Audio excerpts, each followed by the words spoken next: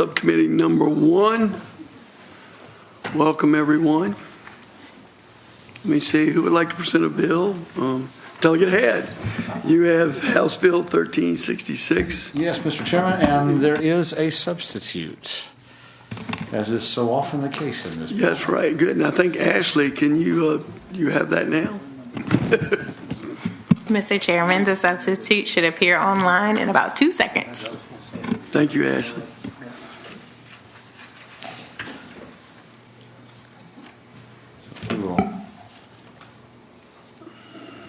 Let me know when you can see that.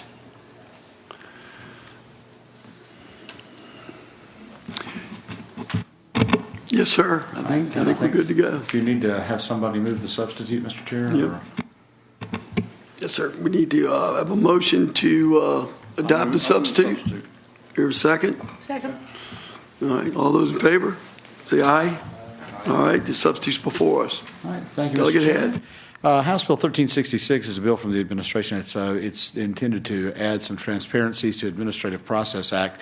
The bill in its original form was rather more complicated than it ultimately needed to be, and you'll see in this substitute, if you'll turn to line 118 through 122, we've taken out all of the changes to this code section aside from the addition of this one paragraph, which simply says that every step of the Administrative Process Act will be posted on Virginia Regulatory Town Hall, and that it will also include an economic impact analysis and any other information requested pursuant to instructions issued by DPB. So this should remove any of the concerns that I know had been raised by several folks, and myself included, quite honestly, about the bill that was originally drafted. I think this removes any of the questions of any of the ambiguity of that and concerns about it. And we do have someone from the administration here if there are any questions that I'm not able to answer. So. Delegate Adams. Thank you, Mr. Chair. I just have a brief question. What precipitated the need for this? I just wanted to understand that. Again, I think it was just a desire to make sure that there is complete transparency in the regulatory process. There was not a requirement prior to this, is not a requirement right now, that every single step be available online. And I think in an effort to make sure that we are streamlined and that no changes come forward in looking at administrative changes. If we're going to make regulatory changes, it needs to be transparent, and if there are going to be economic impacts to it that we may not foresee, we need to know about that so that people can have a chance to respond to it.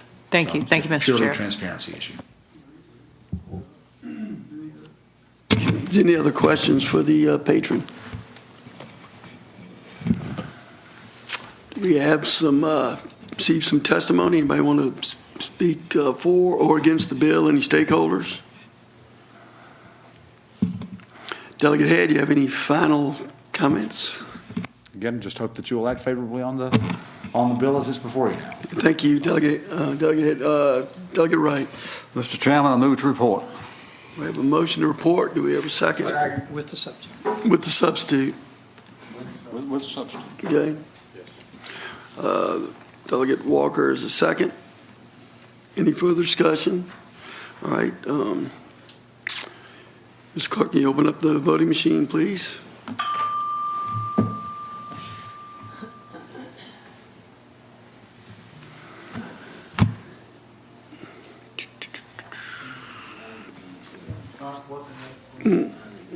Come on there, Delegate Runyon. I vote aye, but. All right. Runyon. Okay, here we go. Jenkins. It's working now. And, all right. Let me close the roll. The bill reports with substitute. A vote of 7-0. Thank you, Delegate Head. Thank you, Mr. Chair. Members of the Thank you. I think, shall we wait a few minutes to see if Delegate Ware shows up?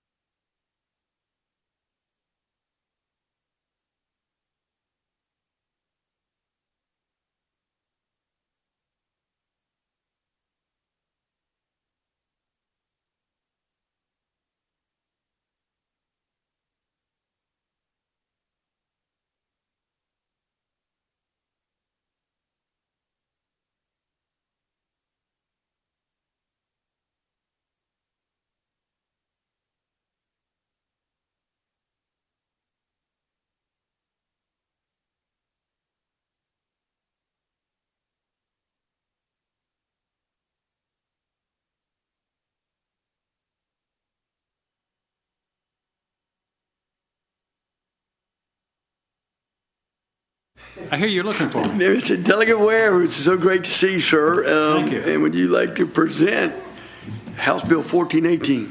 I certainly would, and I thank you for the opportunity, Mr. Yes, sir. Chairman. Thank you. It's a very simple bill. It is described to me as an alternative route toward appraisal experience by way of what the analogy is a flight simulator. It would allow appraisers to gain experience by seeing it in that fashion, a virtual preparation, which would really give a pretty wide range, perhaps wider than the ordinary appraiser would go through just in the course of their work.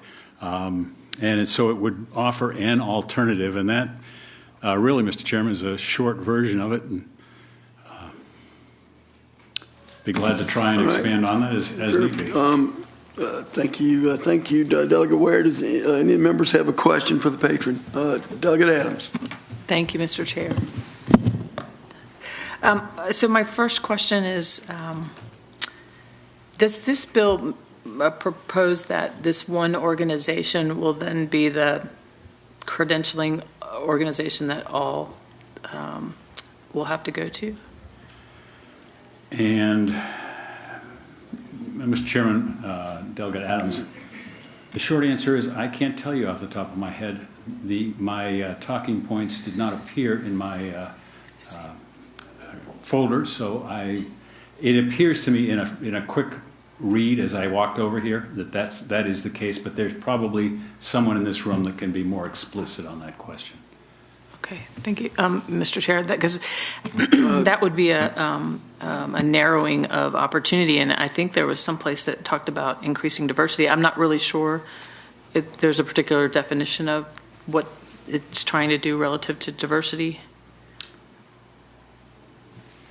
I think in this instant, and I'm going from what I know, but there may be more to it. My understanding is diversity of ways to get there to this appraisal preparation and experience. Thanks, you, Mr. Chair. Because that's why I'm asking the question. If there isn't a true, if this is the only, so it just because it's in definitions, I'm struggling to understand.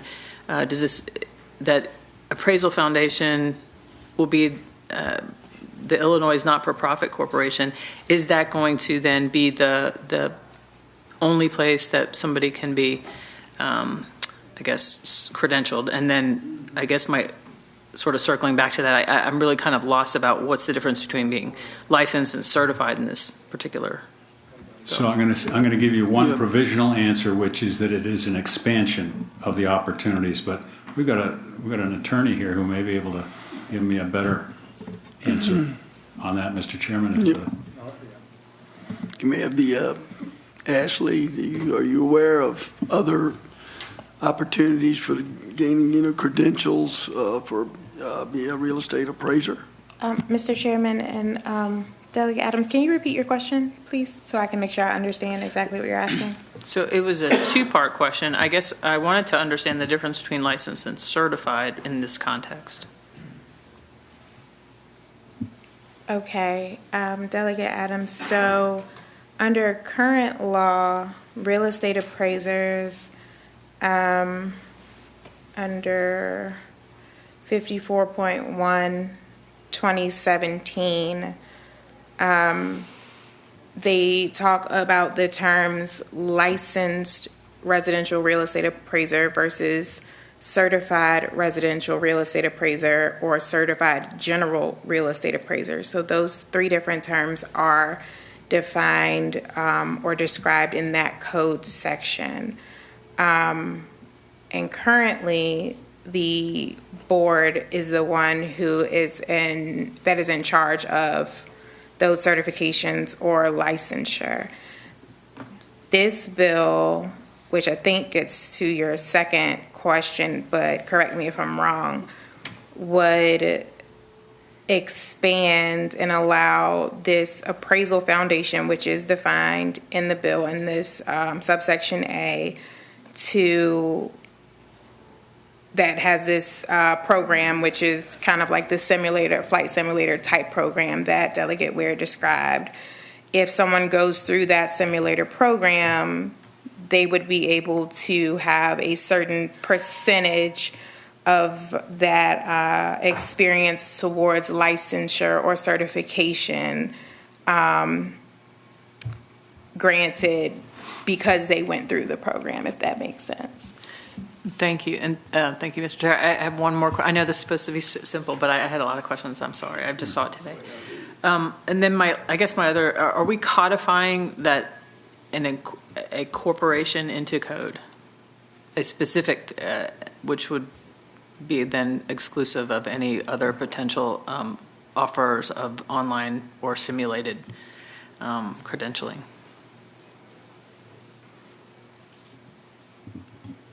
Mr. Chairman and Delegate Adams, yes. So the way that this bill is written, this certified residential PREA, however it's pronounced, program is specific to the Appraisal Foundation, capitalized, which is the Illinois Not-for-Profit Corporation that was incorporated on November 30th, 1987. So it is a specific corporation that was created, and it's their appraiser qualifications board. So it is a specific entity that has this program. Thank you. Mr. Chair, speaking to the bill. Delegate Adams. So I just have some heartburn about codifying a particular corporation as a singular entity. And I don't know if there would be any openness to sort of making it a more generalized, so that it's not one corporation, but that should other people have this technology and ability that they could then potentially, without having to change the law again. Right. And Mr. Chairman, Delegate Ware. Thank you. I understand the concern, and I apologize that I cannot give you a more definitive answer on that question today.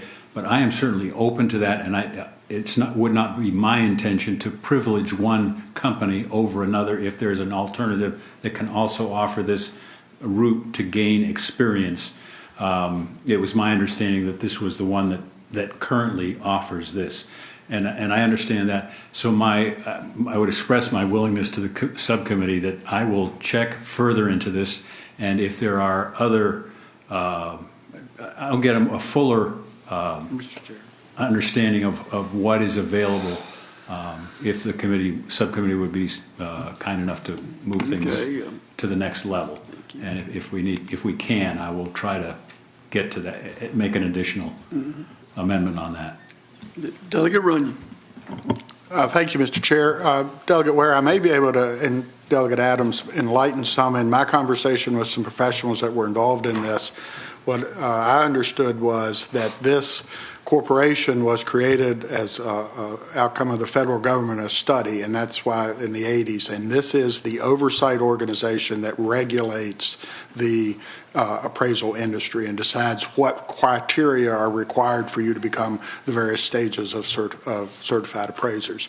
As it was done in the 80s, it's a very manual system, and I think as what's under current law now, you're required to work for someone for about 2 years or so. It's very time-intensive, and it creates some challenges in that folks don't have time to do it. There's not as many appraisers out there as there used to be, and the ones that are left are really busy.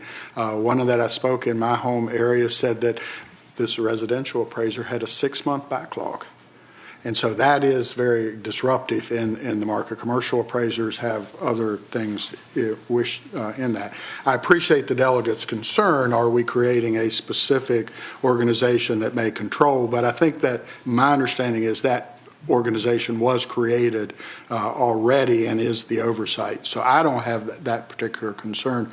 What I see is this is an opportunity to modernize the system, let folks achieve this vocation in an alternate manner. The old system's still available, but this would allow a digital, let us say, option for somebody to become an appraiser. Thank you, Mr. Chairman. Mr. Chairman. Thank you, Delegate Runyon. Delegate Walker.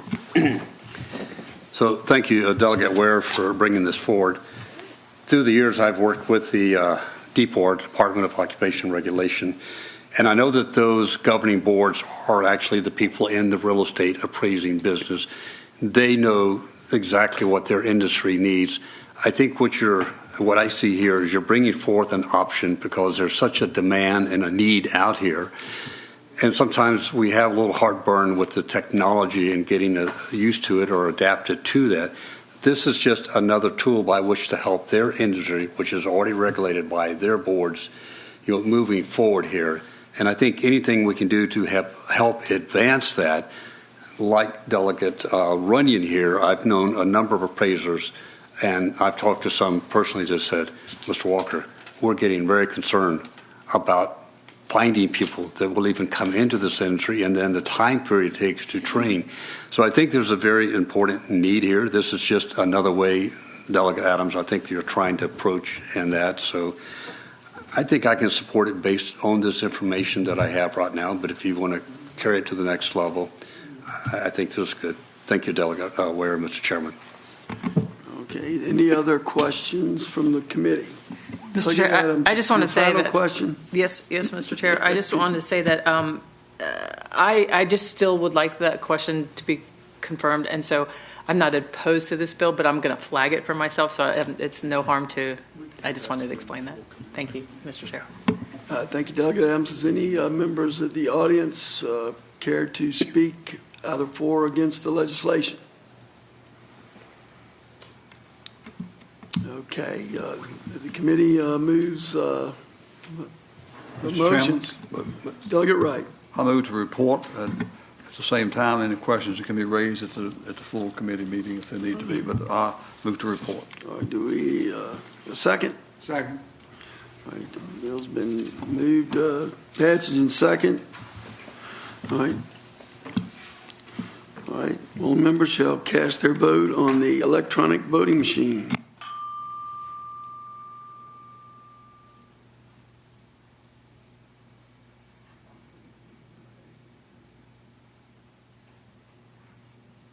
All right, the bill reports 5-1. Mr. Chairman, thank you, and thank each of the members of the committee. And my Thank you. apologies for not being here timely. That's all right.